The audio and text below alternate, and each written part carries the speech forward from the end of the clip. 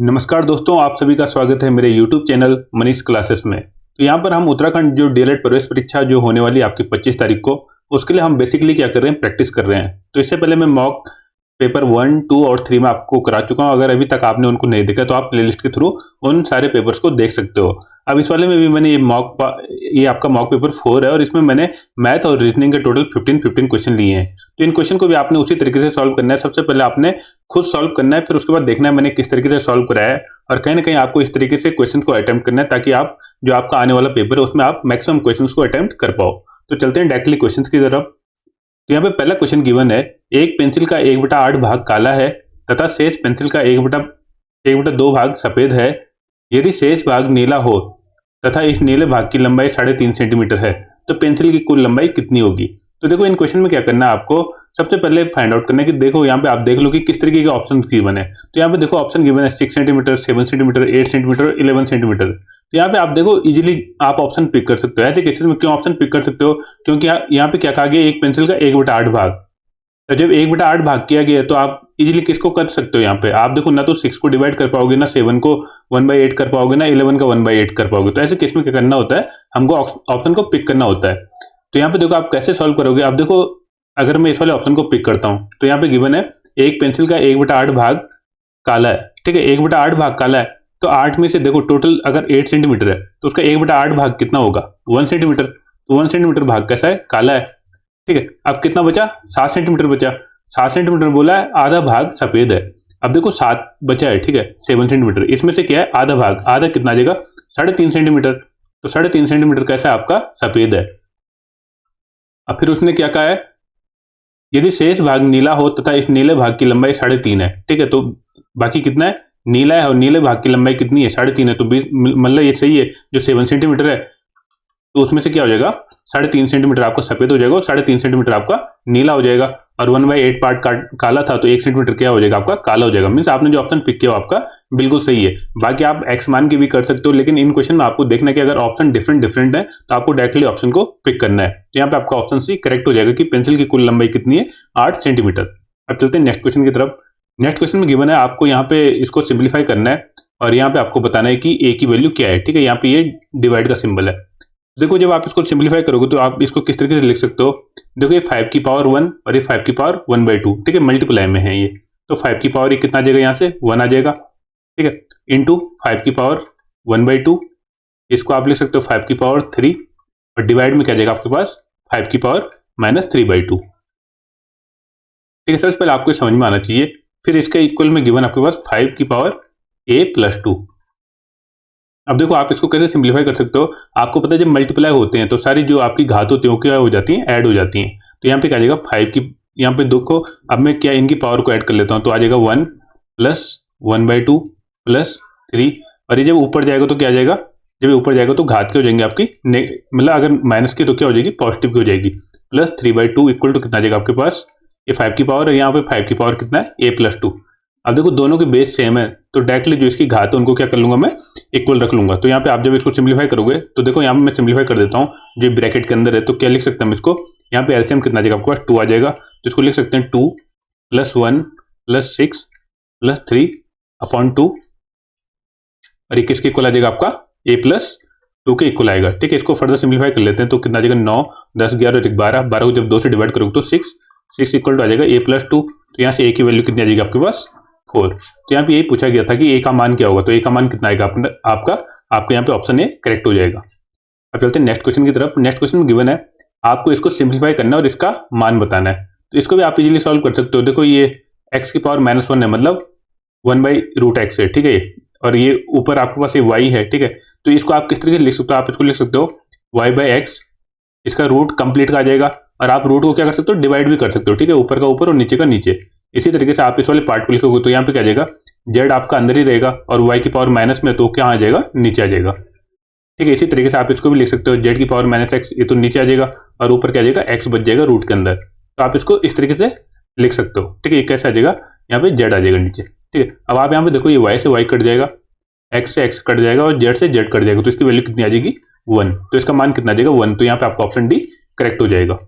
अब चलते हैं नेक्स्ट क्वेश्चन की तरफ। नेक्स्ट क्वेश्चन में गिवन है, 2400 को रमेश और महेश में, ठीक है, दो लोगों में रमेश और महेश में इस प्रकार वितरित किया गया कि रमेश के भाग का 1/4 तथा महेश के भाग का 1/6 भाग बराबर है। ठीक है, रमेश का जो टोटल अमाउंट है उसका 1/4 और महेश का जो टोटल अमाउंट है उसका 1/6 भाग क्या है, बराबर है। तो आपको बताना कि इन दोनों के भागों के में कितना अंतर है। ठीक है, इन दोनों के जो डिस्ट्रीब्यूट किया है 2400 को, तो उनमें कितने का डिफरेंस है। अब देखो इसको आप इजीली कैलकुलेट कर सकते हो। सबसे पहले आप निकाल लो रमेश के पास कितना है 1/4 और महेश के पास कितना है 1/6 और ये दोनों क्या है इक्वल, जैसे क्वेश्चन में गिवन है दोनों क्या है बराबर है, इसलिए मैंने यहाँ पे इन दोनों को क्या कर दिया इक्वल कर दिया।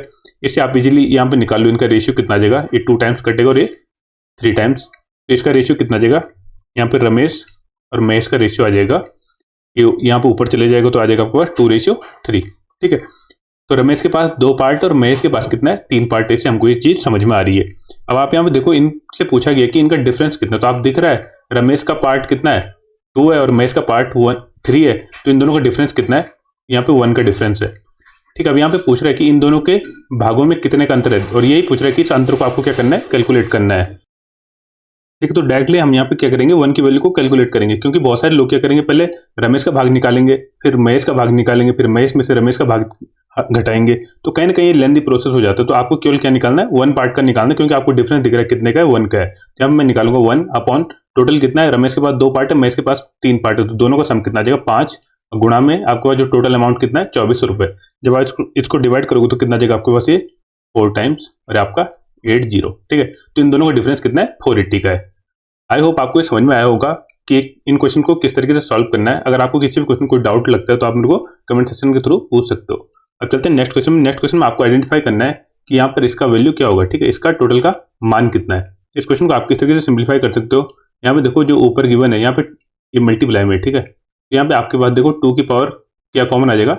यहाँ पर आप देखो इसको लिख सकते हो इस तरीके से, अब मैं 2 की पावर n को कॉमन ले लेता हूँ तो अंदर क्या बचेगा 2 की पावर 4 माइनस 2 और अपॉन में आप देखो यहाँ पे गिवन है, यहाँ पे देखो 2 की पावर, ठीक है, अब यहाँ पे देखो 2 की पावर n, ठीक है, देखो 2 की पावर n प्लस 3 है, ठीक है, तो n प्लस 4 आ जाएगा। ठीक है, टोटल तो कितना आ जाएगा 2 की पावर n प्लस 4, तो इसको मैं इस तरीके से लिख लेता हूँ 2 की पावर 4, फिर आप इसको किस तरीके से लिख सकते हो, इसको लिख सकते हैं 1/2 की पावर 3। ठीक है, तो यहाँ देखो 2 की पावर n से 2 की पावर n कट जाएगा। अभी हम यहाँ ऊपर क्या ले सकते हैं कॉमन ले सकते हैं, ठीक है, किसको 2 को, तो यहाँ पे कितना आ जाएगा 2 की पावर 3 माइनस 1, ठीक है, क्योंकि 2 कॉमन ले लिया, नीचे कितना है 2 की पावर 4, तो इसको मैं लिख सकता हूँ 2 इंटू 2 की पावर 3, तो यहाँ से कट जाएगा। अब यहाँ पे आपके पास प्लस में 1/2 की पावर 3। अब आप इसको सिंप्लीफाई कर सकते हो। ठीक है, 2 की पावर 3 कितना आ जाएगा 8 माइनस 1 7, तो 7/2 की पावर 3 प्लस 1/2 की पावर 3। इसको आप सिंपली यहाँ पे देखो बेस इनका सेम है तो आप इसको लिख सकते हो 7 प्लस 1 8/2 की पावर 3 कितना आ जाएगा 8 और 8 से 8 कटेगा तो कितना आ जाएगा 1। तो इसका टोटल जो आपके पास ये गिवन है इसका मान कितना आपका, यहाँ पे आपका ऑप्शन डी करेक्ट हो जाएगा।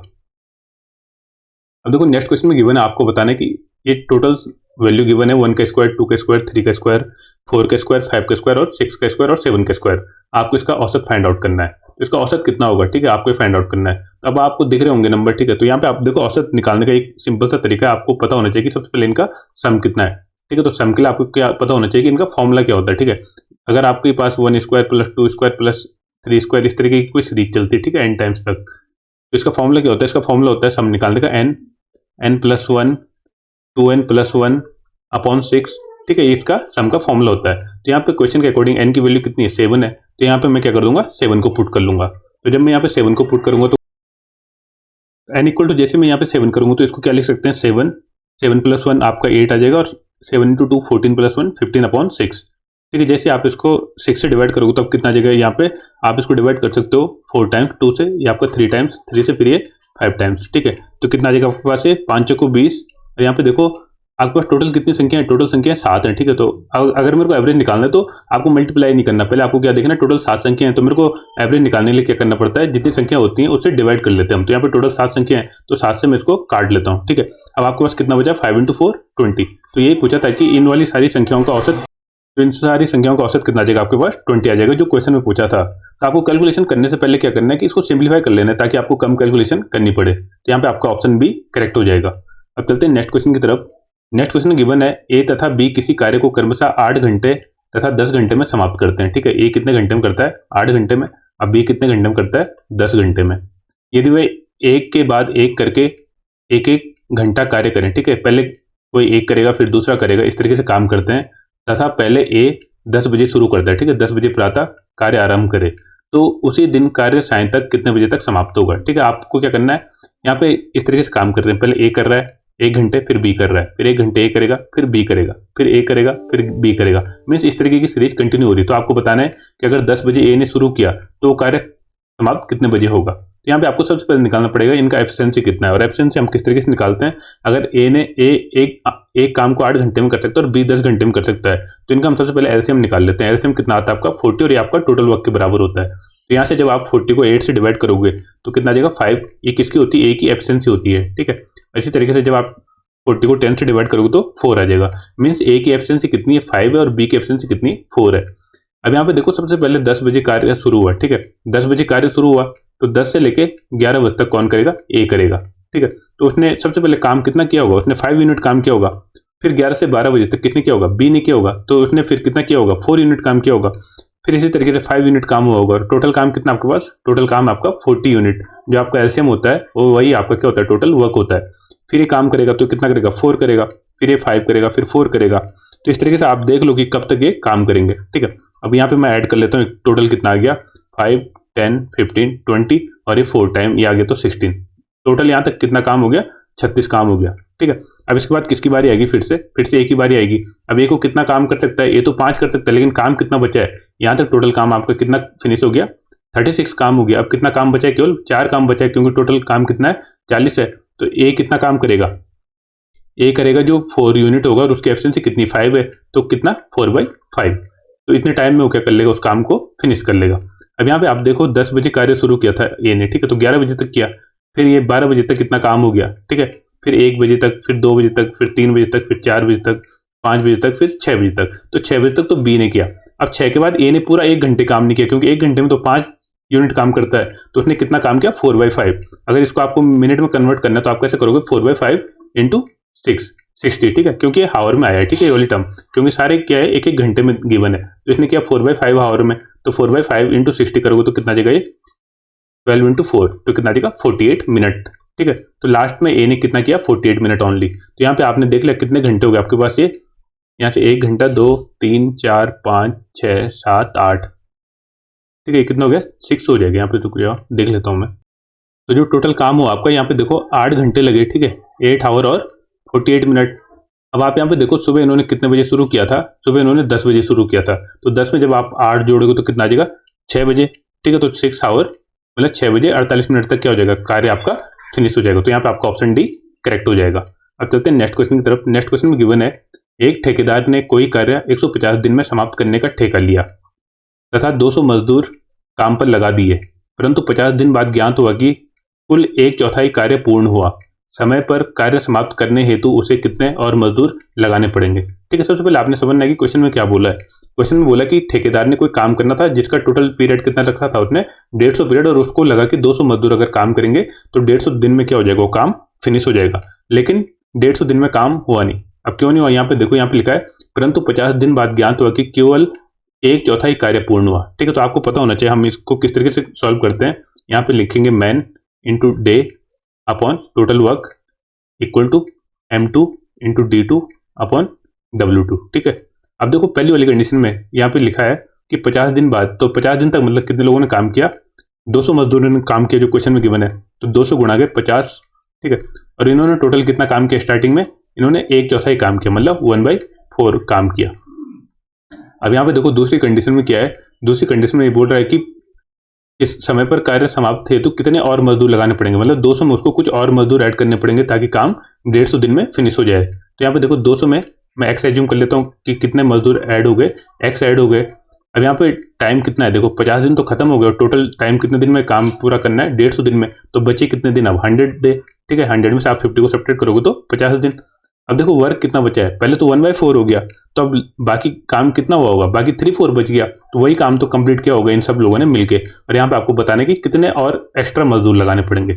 अब आप इसको सिंपली सॉल्व कर सकते हो, तो कितना आ जाएगा आपका, यहाँ से देखो आप देखो यहाँ से आपके पास इससे आप काट सकते हो, ठीक है, दोनों कट जाएंगे, ठीक है। बाकी यहाँ पर ये आपका जो 3 है, ठीक है, और यहाँ पर ये 100 है, तो यहाँ से इसको मैं काट लेता हूँ, 2 टाइम्स चले जाएगा, तो 15 × 2 कितना आ जाएगा, ये 100, ठीक है, और यहाँ पे A3 आपका ऊपर चले जाएगा, ठीक है, तो कितना आ जाएगा, तो यहाँ पे ये देखो हम 3 से जब इसको मल्टीप्लाई करेंगे तो आ जाएगा 100 into 3 equal to 200 plus X. यहाँ से आ जाएगा 300 माइनस 200 तो कितना आ जाएगा 100 इक्वल टू एक्स। यहाँ पे कितने एक्स्ट्रा लोग ऐड करने पड़ेंगे, 100 लोग एक्स्ट्रा करने पड़ेंगे, तो यहाँ पे आपका ऑप्शन भी करेक्ट हो जाएगा। तो सबसे पहले मीन्स आपको कंसेप्ट समझ में आना चाहिए, आपको सिंप्लीफाई करना है क्वेश्चन को, फिर उसके बाद आपको सॉल्व करना है। अब चलते हैं नेक्स्ट क्वेश्चन की तरफ। नेक्स्ट क्वेश्चन में गिवन है साधारण ब्याज की किस दर से कोई धन 8 वर्ष में 3 गुना हो जाएगा। ठीक है, आपको बताना है रेट ऑफ इंटरेस्ट क्या होगा। अगर कोई अमाउंट है, ठीक है, एक्स है, और वो कितना टाइम्स हो जाती है, 3 गुना हो जाती है, 3x हो जाती है, कितने सालों में, 8 ईयर में। तो आपको बताना है कि रेट ऑफ इंटरेस्ट कितना होगा। देखो सबसे पहले आपको समझना है कि अगर कोई भी अमाउंट है, ठीक है, वो x से 3x हो गई तो टोटल कितना इंक्रीमेंट हुआ। यहाँ पे आपको दिख रहा है कितना 2x का इंक्रीज हुआ। तो मीन्स अगर कोई चीज 100 की है वो 300 की हो गई तो मतलब 200 रुपए बढ़ गए उसमें। तो इसको हम क्या बोलते हैं, ये 200 टाइम्स क्या हो गया, इंक्रीज हो गया, 200% इंक्रीज हो गया। ठीक है, टाइम्स नहीं, 200% इंक्रीज हो गया। मीन्स 100 की कोई चीज है और अगर मैं उसको 300 रुपए में बेचता हूँ या मतलब 300 की हो जाती है तो यहाँ पे क्या होगा, टोटल 200% का इंक्रीमेंट होगा। ठीक है, सबसे पहले आपको ये समझ में आना चाहिए।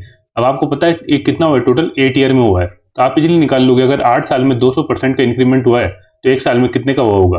देखो 8 ईयर में 200% का इंक्रीमेंट, तो 1 ईयर में कितना हुआ होगा, 200/8। ठीक है, इसको आप जब सिंप्लीफाई करोगे तो आपको पता लग जाएगा रेट ऑफ इंटरेस्ट कितना है। तो रेट ऑफ इंटरेस्ट कितना है, 25%। तो यहाँ पे आपका ऑप्शन सी करेक्ट हो जाएगा। अब देखो यहाँ पे नेक्स्ट क्वेश्चन में गिवन है 2 समरूप त्रिभुज हैं, एक त्रिभुज है आपका एबीसी और एक है आपका PQR, और ये भी गिवन है कि इनकी परिमाप कितनी है। इनकी परिमाप है गिवन क्रमशः 36 और 24 सेंटीमीटर, और यदि PQ का लेंथ कितना गिवन है, 10 सेंटीमीटर, तब AB की माप क्या होगा। ठीक है, तो सबसे पहले आपको ये देखना है कि यहाँ पर क्या गिवन है। आपके पास गिवन है 2 ट्राइंगल है, एक है आपके पास ये वाला ट्राइंगल, ठीक है, ये आप मान लो ABC। ठीक है, इसका पेरीमीटर कितना गिवन है, इसका पेरीमीटर गिवन है 36। ठीक है, इसका जो टोटल तीनों साइड का योग है वो कितना है, 36। और एक दूसरा ट्राइंगल गिवन है, ठीक है, वो थोड़ा छोटा है, क्यों, क्योंकि उसकी पेरीमीटर कितना गिवन है, 24 गिवन है। तो कितना आ जाएगा, PQR।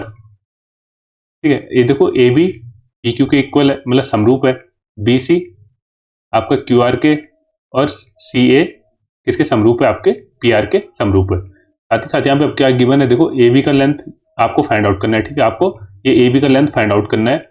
PQ का लेंथ कितना गिवन है, 10 गिवन है। अब आप ये देखो इसका पेरीमीटर कितना गिवन है, टोटल इसका 24 गिवन है और इसका 36 है, तो ऑब्वियसली PQ से तो बड़ा होगा ये B वाला लेंथ। ठीक है, PQ से बड़ा होगा ये B वाला लेंथ, तो मीन्स आपको एक तो 10 को एलिमिनेट कर सकते हो और एक आप 6 को एलिमिनेट कर सकते हो। अब आपके ऑप्शन देखो, एक 15 गिवन है, एक 66 गिवन है, तो 66 तो बहुत ज्यादा हो जाएगा। अगर इसकी एक साइड देखो 66 होगी तो इसके पेरीमीटर को तो एक क्रॉस कर जाएगा। इसका पेरीमीटर कितना गिवन है, इसका पेरीमीटर गिवन है 36 ABC वाले का, तो ये तो कभी हो ही नहीं सकता। तो आप डायरेक्टली ऑप्शन को टिक कर सकते हो, यहाँ पे आपका ऑप्शन सी करेक्ट हो जाएगा। लेकिन अगर आपको चेक करना है तो आप चेक भी कर सकते हो। यहाँ पर क्या होता है, इनका जो पेरीमीटर होता है उनका रेशियो किसके इक्वल होता है, जो साइड का रेशियो होता है। ठीक है, तो साइड का रेशियो कितना आ जाएगा, P1। ठीक है, P1 अगर मैं इस वाले को एज्यूम कर लेता हूँ, ठीक है, ABC वाले को, तो ये वाली लेंथ आ जाएगी आपका AB/PQ आ जाएगी। ठीक है, अब देखो पेरीमीटर पहले वाले का कितना है, 36। ठीक है, और यहाँ पे P2 का कितना है, ठीक है, P2 का कितनी है पेरीमीटर यहाँ पे 24, तो AB/PQ इक्वल टू कितना आ जाएगा, 36/24। यहाँ पे आपको PQ का भी वैल्यू पता है, PQ का वैल्यू कितना है, 10 है, तो यहाँ पे आप रख लो अब AB/10 इक्वल टू ये 36/24, तो ये क्या हो जाएगा आपका 12 से डिवाइड हो जाएगा, तो 2 टाइम्स और आपका 3 टाइम्स, तो आ जाएगा 3/2। यहाँ से आप इजीली सॉल्व कर सकते हो। AB का वैल्यू कितना आ जाएगा, 10 × 3/2, और यहाँ से आप इसको कट करोगे तो 5 टाइम्स, तो AB इक्वल आ जाएगा 15 सेंटीमीटर। और यही आपको बताना था कि AB की लेंथ कितना होगी। और यहाँ पे आपको दिख भी रहा था ऑप्शन कुछ इस तरीके से आपने एलिमिनेट किया कि इससे कम नहीं हो सकते, और एक ऑप्शन आपने इस तरीके से एलिमिनेट किया कि उसके पेरीमीटर को क्रॉस कर रहा था, तो आप डायरेक्टली ऑप्शन भी टिक कर सकते थे। अब देखो यहाँ पे 11 से 15 तक जो क्वेश्चन गिवन है वो पाई चार्ट पे बेस्ड ऑन है। मीन्स आपको सबसे पहले ये पाई चार्ट रीड करना आना चाहिए। ठीक है, तो यहाँ पे जो आपके पास 11 से लेकर 15 तक क्वेश्चन गिवन है, इसमें आपके पास यहाँ पे गिवन है कि टोटल कुल खर्च कितना हुआ है। टोटल कुल खर्च हुआ है 2880 करोड़ रुपए। ठीक है, तो यहाँ पर आपको बताना है कि जो प्रश्न है आपको उनके आंसर देने हैं। यहाँ पे शिक्षा का जो एंगल है कितना है, 54 डिग्री। ये जो आपका परिवहन और यातायात का वो 108 डिग्री, उद्योग का आपका 144 डिग्री, सामाजिक सेवा का आपको फाइंड आउट करना है, भी गिवन नहीं है, और रक्षा का गिवन है 36। अब देखो यहाँ पे सबसे पहला क्वेश्चन गिवन है, रक्षा पर व्यय धनराशि रुपए करोड़ में कितनी होगी। ठीक है, आपको बताना है कि शिक्षा पे टोटल कितना खर्च, रक्षा पे कितना खर्च हुआ है। ठीक है, रक्षा पे तो देखो रक्षा का एंगल कितना है, 36 डिग्री। ठीक है, और टोटल एंगल कितना होता है, टोटल जो सर्कल होता है वो उसमें टोटल कितने का एंगल होता है 360 डिग्री का। ठीक है, तो आप क्या करोगे 36 डिग्री को जब 360 से डिवाइड करोगे और ये किसके इक्वल आ जाएगा, इसको जब आप मल्टीप्लाई करोगे किससे 2880 करोड़, क्योंकि टोटल अमाउंट जो खर्च हुआ है, टोटल खर्च हुआ है, जब आप इसको सॉल्व करोगे तो यहाँ से आपको टोटल मिल जाएगा कि जो आपका रक्षा पे टोटल कितना खर्च हुआ है। तो यहाँ पे आप इसको इजीली सॉल्व कर लोगे। 36/360 कितना जाएगा 1/10। आपको पता है किसी का भी 1/10 निकालना बहुत ईजी होता है, कितना जाएगा इससे कट जाएगा तो 288 करोड़। यहाँ पे आपका ऑप्शन डी करेक्ट हो जाएगा। अब चलते हैं नेक्स्ट क्वेश्चन की तरफ। नेक्स्ट क्वेश्चन में गिवन आपके पास कुल धनराशि का कितने प्रतिशत उद्योग पर व्यय हुआ है। ठीक है, उद्योग पे कितना व्यय हुआ है, तो उद्योग कितना आपका 144 डिग्री है। यहाँ पर भी आप सिंपली वही करोगे, उद्योग पे हुआ है, आप एंगल आपका कितना है 144 डिग्री और टोटल कितना होता है 360 डिग्री का एंगल होता है सर्कल में। जब आप इसको मल्टीप्लाई करोगे किससे 2880 से, तो आपको यहाँ से इजीली मिल जाएगा कि उद्योग पे टोटल कितना खर्च हुआ है। तो यहाँ से आप इसको सॉल्व कर लो। देखो किस तरीके से सॉल्व करोगे, इसको जब 12 से डिवाइड करोगे तो 12 टाइम्स, और 12 से डिवाइड करोगे तो ये आपका आ जाएगा 30 टाइम्स। ठीक है, यहाँ से देखो 3 से 3 कट जाएगा और इससे 1 कट जाएगा 4 टाइम्स। ठीक है, तो 288 इंटू 4 कितना जाएगा आपका यहाँ पर, जब आप इसको सिंप्लीफाई करोगे। ठीक है, तो यहाँ पे देखो ये तो टोटल अमाउंट आ जाएगा कि कितना अमाउंट उद्योग पर खर्च हुआ है, लेकिन क्वेश्चन में क्या पूछा कि कितने प्रतिशत उद्योग पर खर्च हुआ है। ठीक है, प्रतिशत पूछा है यहाँ पे, तो आपको इस तरीके से कैलकुलेट करने की रिक्वायरमेंट नहीं है। आप डायरेक्टली क्या करोगे 144/360 और आपके पास पूछा कि टोटल कितने प्रतिशत होगा, टोटल कितना होता है आपका, ये टोटल 360 आपका 100% होता है। तो अगर आप इसको सॉल्व करोगे तो आपका आ जाएगा कि टोटल उद्योग पर कितना परसेंट खर्च हुआ है। जब आप इसको सॉल्व करोगे तो कितना आ जाएगा 12 टाइम्स, ये आपका 30 टाइम्स, फिर आप यहाँ पे देखो 3 से 3 कट जाएगा और ये 3 से 4 टाइम्स। तो उद्योग पे कितना परसेंट है, ये आपका 40% है। ठीक है, कुल धनराशि का कितना परसेंट 40% कहाँ पे यूज हो रहा है आपका, उद्योग पे यूज हो रहा है। तो यहाँ पे आपका ऑप्शन डी करेक्ट हो जाएगा।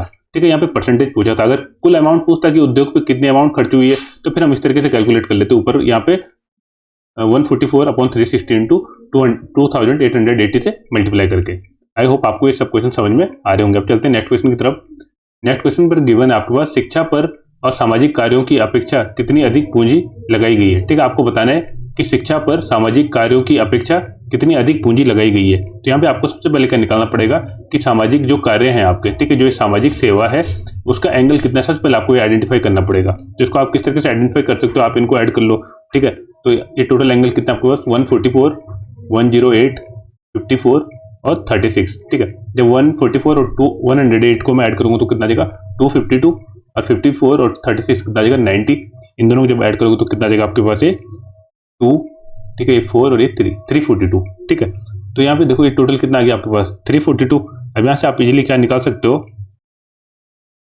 कि टोटल ये वाला एंगल कितना है। ठीक है, सामाजिक सेवा पे, क्योंकि आपको पता है टोटल एंगल कितना होता है 360। इसमें से आप 342 को जब सब्ट्रैक्ट करोगे तो कितना आ जाएगा 18 डिग्री। तो ये वाला एंगल कितना है जो आपके पास गिवन नहीं है, कितना है 18 डिग्री। ठीक है, अब यहाँ पे देखो जैसा जैसा क्वेश्चन ने पूछा हम उसके अकॉर्डिंग इसको सिंप्लीफाई करेंगे। अब यहाँ पर गिवन आपके पास सामाजिक सेवा की अपेक्षा कितनी अधिक पूंजी लगाई गई है। ठीक है, शिक्षा पर सामाजिक कार्यों की अपेक्षा। अब तो देखो यहाँ पे शिक्षा पे कितना हुआ है टोटल 54%। ठीक है, और यहाँ पर कितना हुआ है टोटल 18%। तो मैं सबसे पहले क्या करूँगा, इनको सब्ट्रैक्ट कर लूंगा। शिक्षा में कितना हुआ है 54 और सामाजिक सेवा में कितना है 18 डिग्री में लिख रहे हैं। ठीक है, हम तो कितना जाएगा जब आप इसको सब्ट्रैक्ट करोगे तो आ जाएगा 36 डिग्री। तो इतना ही डिफरेंस है इनके बीच में, और यही पूछ रहा है कि इन दोनों में कितनी अधिक पूंजी है। ठीक है, मीन्स शिक्षा पे अधिक पूंजी लगी है और सामाजिक सेवा पे कम पूंजी लगी है। तो कितने का डिफरेंस आ रहा है इनका 54 में से जब मैंने 18 को सब्ट्रैक्ट किया तो 36, और टोटल कितना होता है आपके पास, टोटल डिग्री होता है 360 इंटू 100। ठीक है, ये करोगे तो आप इजिली आपको निकल जाएगा कि टोटल कितना अमाउंट है जो इनका डिफरेंस है। ठीक है, अभी हमने इसको सॉल्व किया था प्रीवियस क्वेश्चन में, कितना जाएगा 10 टाइम्स। ठीक है, और यहाँ पर ये 100 नहीं, यहाँ पर आपके पास ये पूछा कि कितनी अधिक पूंजी लगी है, तो यहाँ पर कितना जाएगा 2880। जब आप इसको डिवाइड करोगे 10 से तो कितना जाएगा 288। ठीक है, तो यहाँ पर भी 288 करोड़ रुपए खर्च हुए हैं। अब चलते हैं नेक्स्ट क्वेश्चन की तरफ। यहाँ पर गिवन है निम्नलिखित चार्ट में भारत की किस वर्ष, ठीक है, अच्छी तो गिवन ही है क्वेश्चन में। ठीक है, कितना टोटल 2880 करोड़ रुपए। यहाँ पर गिवन है कि शिक्षा पर व्यय धनराशि निम्नलिखित में से किसके खर्च के बराबर है। ठीक है, आपको बताना है कि जो शिक्षा पर खर्च हुआ है, देखो शिक्षा पे कितना हुआ है 54%। ठीक है, अभी हमने निकाला था कितना था 80 डिग्री। ठीक है, 54 डिग्री था और ये कितना 84 डिग्री। अभी पूछ रहा है शिक्षा पर व्यय धनराशि, तो शिक्षा पे कितना हुआ है 54 डिग्री। ये पूछ रहा है ये किसके बराबर है, किसके खर्च के बराबर है। तो आप यहाँ पे देखो रक्षा पे 36 हुआ है और सामाजिक सेवा पे 18 हुआ है, तो इन दोनों को जब ऐड करोगे तो किसका आ जाएगा 54 के बराबर आ जाएगा। तो आप यहाँ से डायरेक्टली लिख सकते हो रक्षा एवं सामाजिक कार्य के बराबर होगा आपका शिक्षा पर व्यय धनराशि। तो यहाँ पे आपका ऑप्शन भी करेक्ट हो जाएगा। अब देखो यहाँ पे नेक्स्ट क्वेश्चन में गिवन है, आपको बताना है कितने मद ऐसे हैं जिन पर खर्च औसत खर्च से कम है। ठीक है, जिन पर जो खर्चे है ना वो औसत खर्च से कम है, तो कितने ऐसे विभाग होंगे आपके पास। ठीक है, अब यहाँ पे देखो सबसे पहले कितने, 1 2 3 4 5 है। ठीक है, तो 360 को मैं किससे डिवाइड कर लूंगा, 5 से डिवाइड कर लूंगा। जब 5 से डिवाइड करूंगा तो कितना मिल जाएगा, 72 डिग्री। मीन्स जो भी चीज़ यहाँ पर 72 डिग्री से ऊपर की होंगी उनमें औसत खर्च से क्या होगा, ज़्यादा होगा, और जो भी आपके 72 डिग्री से कम होंगे तो उनमें औसत खर्च से क्या होगा, कम होगा। तो यहाँ पे क्या पूछा है, कम कितने हैं, तो 72 से कम आप देख लो कौन कौन से, एक तो शिक्षा है आपका, एक रक्षा है आपका, और एक आपका सामाजिक सेवा है। तो टोटल कितने ऐसे, 3 है। तो यहाँ पे आपका ऑप्शन डी करेक्ट हो जाएगा। अब चलते हैं नेक्स्ट क्वेश्चन। आपके यहाँ पे रीजनिंग के क्वेश्चन आ गए हैं। ठीक है, तो अब आपको क्या करना है, यहाँ पे सिंप्लीफाई करना है कि किस तरीके से यहाँ पे कौन कौन से पैटर्न है। तो यहाँ पे सबसे पहला गिवन है, एस आर को अगर इस तरीके से लिखा जाता है 19 और 18, तो एस एम को किस तरीके से लिखा जाएगा। तो यहाँ पे क्या होता है कि आपको जो अल्फाबेट्स होती है इनकी सीरीज आपको पता होना चाहिए कि कौन से नंबर पे कौन सा नंबर आता है। जैसे एस किस नंबर पे आता है, आपके 19 नंबर पे, और एम आपका 13 नंबर पे आता है। तो यहाँ पे आपका ऑप्शन डी करेक्ट हो जाएगा। ठीक है, अब चलते हैं नेक्स्ट क्वेश्चन की तरफ। नेक्स्ट क्वेश्चन में गिवन है कि ठीक है, BOQD को इस तरीके से लिखा जाता है ERTG, तो ANPC को किस तरीके से लिखा जाएगा। तो सबसे पहले आइडेंटिफाई करना है कि यहाँ पे क्या पैटर्न चल रहा है। तो यहाँ पे देखो B में अगर मैं +3 को ऐड करूंगा तो कितना आ जाएगा, E। इसी तरीके से O में मैं +3 को ऐड करूंगा तो R आ जाएगा। इसी तरीके से Q में +3 को ऐड करूंगा तो T आ जाएगा। और यहाँ पर आप D में अगर +3 को ऐड करोगे तो कितना आ जाएगा, G आ जाएगा। मीन्स ये वाला पैटर्न चल रहा है। तो यहाँ पे आप इजिली फाइंड आउट कर सकते हो ANPC। इसमें अगर मैं +3 को ऐड करूंगा तो कितना मिलेगा, D। इसमें भी फिर +3 को ऐड करूंगा तो Q। इसमें +3 को ऐड करूंगा तो आ जाएगा ये S, और यहाँ पे +3 को ऐड करूंगा तो F। तो यहाँ पे देख लो कौन सा ऑप्शन में गिवन है, DQSF। तो यहाँ पे आपका ऑप्शन भी करेक्ट हो जाएगा। अब चलते हैं नेक्स्ट क्वेश्चन की तरफ। नेक्स्ट क्वेश्चन में गिवन है, आपके पास गिवन है 210, 380, 182, और यहाँ पे आपको आइडेंटिफाई करना है कि क्या आएगा। ठीक है, सबसे पहले देख लेते हैं यहाँ पे किसी का क्यूब का डिफरेंस तो नहीं है। ठीक है, ये तो है नहीं। ठीक है, ये तो है नहीं। अब देख लेते हैं दूसरा कि क्या हो सकता है इसके अलावा। अब ऑप्शन में देख लो 352, 272, 240, 156। अब मैं देख लेता हूँ यहाँ पे इनका डिफरेंस कितना है। ठीक है, 380 में से अगर मैं 210 को सब्ट्रैक्ट करता हूँ तो कितना आएगा आपके पास, ये आपके पास आ जाएगा 170। ठीक है, अब मैं इसमें अगर 170 ऐड करता हूँ तो देखता हूँ कितना आता है। 182 में अगर मैं 170 ऐड करूँ तो कितना आ जाएगा, 5 और 3। ठीक है, तो कितना आ जाएगा 352, और आपके ऑप्शन में भी गिवन है 352। तो मैं यही मान लेता हूँ कि इनका ये डिफरेंस लिखा है। ठीक है, इनका डिफरेंस कितना है, 170, और यहाँ पर भी क्या होगा, डिफरेंस होगा 170। तो 182 में जब मैं 170 को ऐड करूँगा तो कितना आ जाएगा, 352। तो यहाँ पे आपका ऑप्शन ए करेक्ट हो जाएगा। अब देखो यहाँ पे बता रखा है आपको बताने कि इनको सार्थक क्रम में लगाओ। ठीक है, तो कौन सा इनका सार्थक क्रम होगा। तो आपके पास गिवन है गरीबी, जनसंख्या, मृत्यु, बेरोजगारी और रोग। ठीक है, तो देखो सार्थक क्रम में आप अगर लगाओगे तो सबसे लेट में क्या होती है, मृत्यु होती है। ठीक है, तो यहाँ पे और उससे पहले क्या होता है, रोग होता है। तो अब देख लूंगा मैं लास्ट में 3 और 5 कहाँ पर है। तो यहाँ पे आपका ऑप्शन डी में गिवन है। ठीक है, तो ये वाला पैटर्न आपका सही हो जाएगा। चेक भी कर लेते हैं। सबसे पहले जनसंख्या, ठीक है, फिर बेरोजगारी बिल्कुल, फिर आपका गरीबी, ठीक है, फिर आपका रोग, और फिर मृत्यु। तो ये वाला ऑप्शन आपका करेक्ट हो जाएगा। ऑप्शन डी ये सार्थक क्रम को क्या है, दिखा रहा है। अब देखो नेक्स्ट क्वेश्चन में गिवन है कि आपको इस खाली वाले स्थान को फिल करना है कि इस श्रृंखला में यहाँ पे क्या आएगा खाली वाले स्थान पे। तो सबसे पहले आपको आइडेंटिफाई करना है कि यहाँ पे कौन सा पैटर्न चल रहा है। तो यहाँ पे आप देखो, आप सबसे पहले देख लो टोटल कितने वर्ड गिवन है, 3 3 4 9 12 और 15। ठीक है, टोटल कितने 15 है। तो मैं 3 3 का पेयर बना लेता हूँ। ठीक है, ये 3 का पेयर, फिर ये 3 का पेयर, फिर ये 3 का पेयर, फिर ये 3 का पेयर। ठीक है, अब यहाँ पे देखो आपको एक चीज दिख रहा है, यहाँ पे बीबी भी आ रहा है। ठीक है, बीबी आ रहा है। अब बी से पहले एम भी आ रहा है। ठीक है, तो मीन्स क्या पैटर्न हो सकता है, M B B M A M B B M A M B B. ठीक है, तो ये वाला पैटर्न होगा। तो क्या हो जाएगा, MABAM। तो यहाँ पे ऑप्शन सी में गिवन है, तो आपके यहाँ पे ऑप्शन सी करेक्ट हो जाएगा। अब देखो यहाँ पे आपको आइडेंटिफाई करना है कि यहाँ पे कौन सा, यहाँ पे देखो ये गिवन है 4 4 7, और इस तरीके से ट्रायंगल के अंदर 7, फिर यहाँ पे 3 6 2 4, फिर यहाँ पे 2 6 2, और यहाँ पे आपको इसकी वैल्यू फाइंड आउट करनी है। तो सबसे पहले आपको आइडेंटिफाई करना है कि यहाँ पे कौन सा पैटर्न चल रहा है। ठीक है, तो देख लेते हैं यहाँ पे कौन सा पैटर्न चल रहा है। तो देखो यहाँ पे कौन सा पैटर्न चल रहा है, इन दोनों को मल्टीप्लाई किया 7 into 4।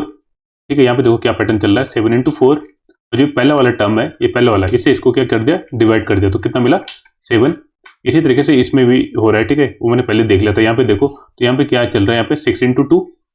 ठीक है, इसको मैंने मल्टीप्लाई किया 6 into 2 अपॉन 3, तो कितना जाएगा आपके पास है 4। तो वही पैटर्न यहाँ पे भी चलेगा, तो कितना जाएगा 6 into 2, 6 into 2 और अपॉन में 2, तो कितना जाएगा आपके पास है 6। तो यहाँ पे आपका ऑप्शन सी आ जाएगा करेक्ट। तो क्वेश्चन मार्क की जगह पे क्या आ जाएगा 6। अब देखो यहाँ पे नेक्स्ट क्वेश्चन में गिवन है, आपको बताना है अगर प्लस का अर्थ, ठीक है, प्लस का अर्थ अगर डिवाइड है, माइनस का अर्थ मल्टीप्लाई है, डिवाइड का अर्थ माइनस है, और मल्टीप्लाई का अर्थ प्लस है, तो इस वाली समीकरण का मान क्या होगा। ठीक है, तो हम क्या करेंगे, जैसे जैसे क्वेश्चन गिवन है उसके अकॉर्डिंग यहाँ पे सिंबल रख लेंगे। 8 डिवाइड 6 माइनस 4, माइनस का यहाँ पे मल्टीप्लाई 7, फिर मल्टीप्लाई का प्लस आ जाएगा। ठीक है, जब आप इसको सिंप्लीफाई करोगे तो कितना आ जाएगा आपके पास, ये आ जाएगा आपके पास 4/3, जैसे 2 से डिवाइड करके आ जाएगा 4 × 7 कितना आ जाएगा 28 + 3। जब इसको सिंप्लीफाई करोगे तो 4/3 माइनस 25, यहाँ से आप इजीली देख लो कितना आ जाएगा 4 - 75/3 आ जाएगा -71/3। ठीक है, तो इस वाली जो समीकरण है उसकी वैल्यू क्या हो जाएगी अगर हम सिंबल्स को चेंज कर देंगे, -71/3। तो यहाँ पे आपका ऑप्शन भी करेक्ट हो जाएगा। अब चलते हैं नेक्स्ट क्वेश्चन में। गिवन है आपके पास 2 डाइस गिवन है। ऊपर दर्शाई गई पासे की स्थिति में बाईं ओर स्थित पासे के निचली सतह पर कौन सा अंक होगा। मीन्स आपको बताना कि 2 के अपोजिट में कौन सा अंक होगा। तो यहाँ पे देख लो, यहाँ पे गिवन है 2 1 5 और यहाँ पर गिवन है 2 4 3। ठीक है, तो हम क्या करेंगे, इसको क्लॉकवाइज ले लेंगे। जैसे 2 से मैं इस तरीके से रोटेट करूंगा, फिर यहाँ से इस तरीके से रोटेट करूंगा, तो कितना आ जाएगा 2 1 5। इसी तरीके से यहाँ पे जब मैं इसको 2 से क्लॉकवाइज रोटेट करूंगा तो कितना आ जाएगा 2 4 3।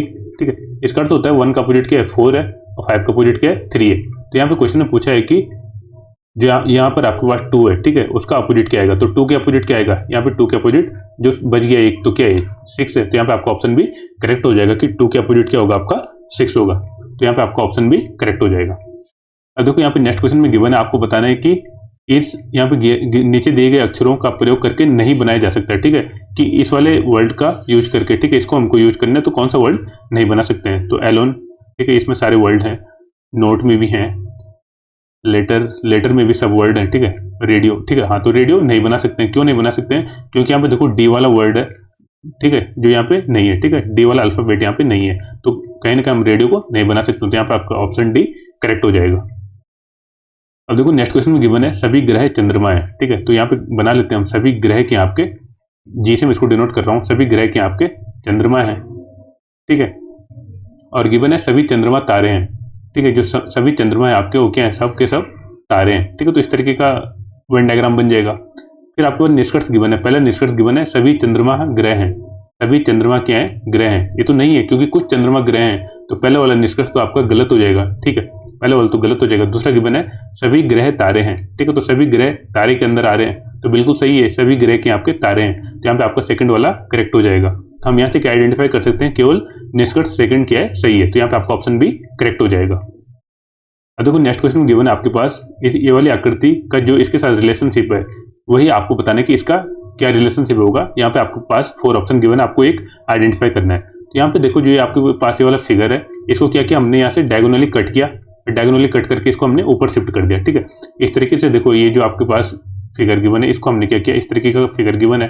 ठीक है, तो जो ये नीचे वाला फिगर है, ठीक है, इस तरीके का एक फिगर कट किया और एक दूसरा हमने इसको कट किया, इस तरीके से पीस को कट किया। ठीक है, जो दूसरा वाला पीस है, अब फिर मैंने इसको क्या किया, ऊपर मूव करा दिया। अगर मैं इसको ऊपर लेके जाऊंगा, ठीक है, यहाँ पर सेम डायरेक्शन में, तो कैसा आ जाएगा, ये इस तरीके का फिगर बन जाएगा। ठीक है, जैसे यहाँ पे दिख रहा है आपको, इस तरीके का फिगर आ जाएगा।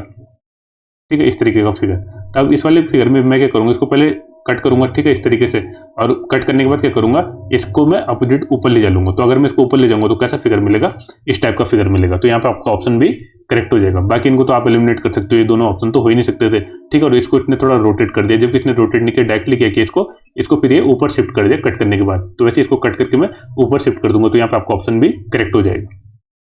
अब देखो यहाँ पे फाइंड आउट करना है आपने कि कुछ यहाँ पे पैटर्न चल रहा है। ठीक है, इसके बाद ये वाला पैटर्न चल रहा है, आपको बताने कि यहाँ पर कौन सा पैटर्न आएगा। तो यहाँ पे देखो 3 रो थी, ठीक है, डायगोनली।